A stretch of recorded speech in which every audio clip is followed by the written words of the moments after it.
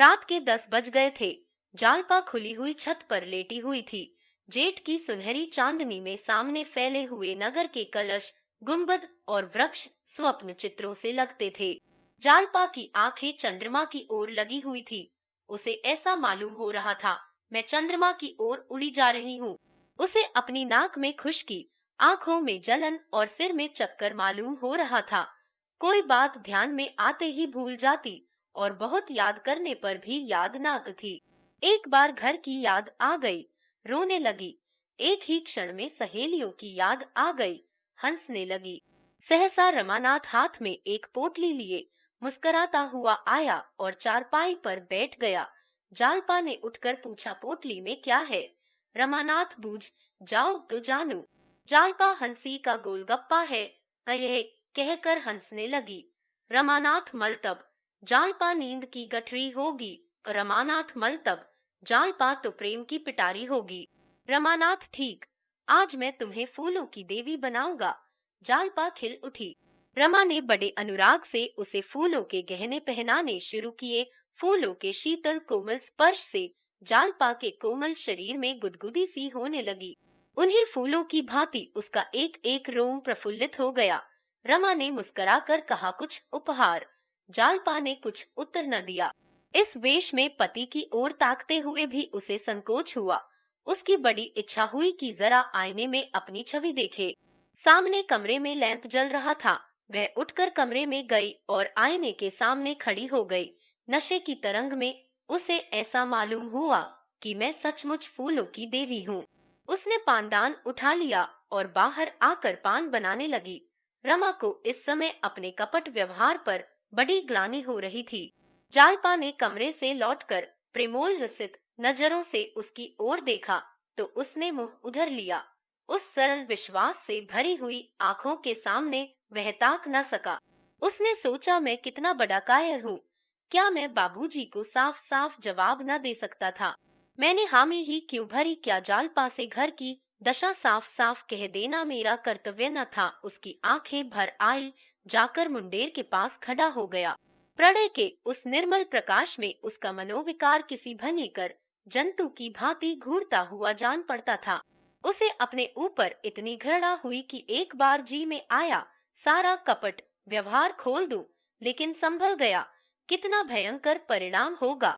जालपा की नजरों से फिर जाने की कल्पना ही उसके लिए असह्य थी। जालपा ने प्रेम सरस नजरों से देखकर कहा, मेरे दादाजी तुम्हें देखकर गए और अम्मान जी से तुम्हारा बखान करने लगे, तो मैं सोचती थी कि तुम कैसे होगे। मेरे मन में तरह तरह के चित्र आते थे। रमानाथ ने एक लंबी सांस खींची, कुछ जवाब न दिया। जालपा ने फिर कहा, मेरी सखियां तुम्हें देखकर मुग्ध हो गई।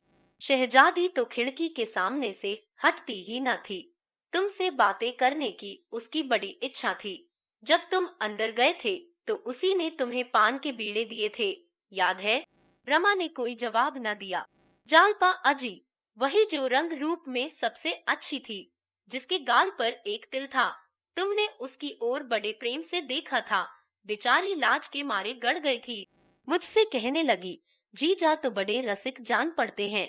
सखियों ने उसे खूब चिढ़ाया। बेचारी रुआंसी हो गई, याद है? रमा ने मानो नदी में डूबते हुए कहा, मुझे तो याद नहीं आता। जालपा, अच्छा, अब की चलोगे तो दिखा दूंगी। आज तुम बाजार की तरफ गए थे कि नहीं? रमा ने सिर झुकाकर कहा, आज तो फुर्सत नहीं मिली। जालपा, जाओ, मैं तुमसे ना बोलूंगी। रोज हीले हवाले करते हो। अच्छा, कल ला दोगे ना? रमानाथ का कलेजा महसूस उठा।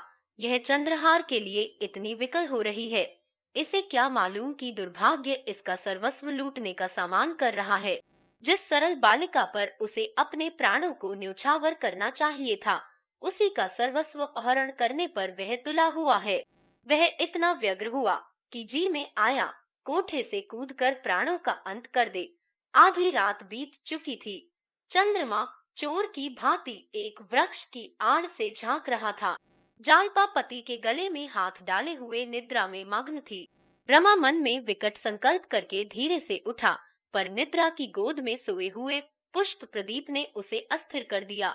वह एक क्षण खड़ा मुग्ध नजरों से जालपा के निद्रा विहसित मुख की ओर देखता रहा।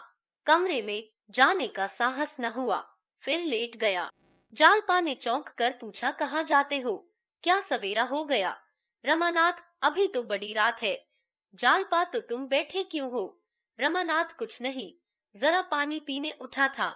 जालपा ने प्रेमातुर होकर रमा के गले में बाहें डाल दी और उसे सुलाकर कहा, तुम इस तरह मुझ पर टूना करोगे तो मैं भाग जाऊंगी। न जाने किस तरह ताकते हो, क्या करते हो, क्या मंत्र पढ़ते हो कि मेरा मन चंचल हो जाता है। बासंती सच कहती थी, पुरुषों की आंख में टूना होता है। रमा ने फटे हुए स्वर में कहा, टूना नहीं कर रहा हूँ, आंखों की प्यास बुझा रहा हूँ। दोनों फिर सोए, एक उल्लास में डूबी हुई, दूसरा चिंता में मग्न। 3 घंटे और गुजर गए। द्वादशी के चांद ने अपना विश्व दीपक बुझा दिया। प्रभात की शीतल समीर प्रकृति को मद के प्याले पिलाती फिरती थी। आधी रात तक जागने वाला बाजार भी सो गया, केवल रमा अभी तक जाग रहा था। मन में भांति भांति के तर्क वितर्क उठने के कारण वह बार बार उठता था और फिर लेट जाता था। आखिर जब 4 बजने की आवाज कान में आई तो घबरा कर उठ बैठा और कमरे में जा पहुंचा। गहनों का संदूकचा अलमारी में रखा हुआ था। रमा ने उसे उठा लिया और थर थर कांपता हुआ नीचे उतर गया। इस घबराहट में उसे इतना अवकाश न मिला कि वह कुछ गहने छांट कर निकाल लेता। दयानाथ नीचे बरामदे में सो रहे थे। रमा ने उन्हें धीरे से जगाया। उन्होंने हकबका कर पूछा, कौन? रमा ने होठ पर उंगली रखकर कहा, मैं हूँ, यह संदूकची लाया हूँ, रख लीजिए। दयानाथ सावधान होकर बैठ गए। अभी तक केवल उनकी आंखें जागी थी, अब चेतना भी जागृत हो गई। रमा ने जिस वक्त उनसे गहने उठा लाने की बात कही थी, उन्होंने समझा था कि यह आवेश में ऐसा कह रहा है। उन्हें इसका विश्वास न आया था कि रमा जो कुछ कह रहा है उसे भी पूरा कर दिखाएगा। इन कमीनी चालों से वह अलग ही रहना चाहते थे। ऐसे कुत्सित कार्य में पुत्र से साठ गांठ करना उनकी अंतरात्मा को किसी तरह स्वीकार न था। पूछा, इसे क्यों उठा लाए? रमा ने धृष्टता से कहा, आप ही का तो हुक्म था।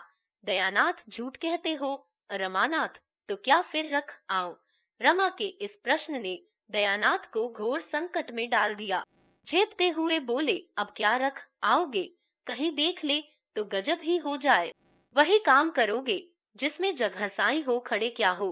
संदूकची मेरे बड़े संदूक में रख आओ और जाकर लेट रहो, कहीं जाग पड़े तो बस। अब बरामदे के पीछे दयानाथ का कमरा था, उसमें एक देवदार का पुराना संदूक रखा था। रमा ने संदूकची उसके अंदर रख दी और बड़ी फुर्ती से ऊपर चला गया। छत पर पहुंचकर उसने आहट ली। जालपा पिछले पहर की सुखद निद्रा में मग्न थी। रमा ज्यों ही चारपाई पर बैठा, जालपा चौंक पड़ी और उससे चिमट गई। रमा ने पूछा, क्या है, तुम चौंक क्यों पड़ी? जालपा ने इधर उधर प्रसन्न नजरों से ताक कर कहा, कुछ नहीं, एक स्वप्न देख रही थी। तुम बैठे क्यों हो? कितनी रात है अभी?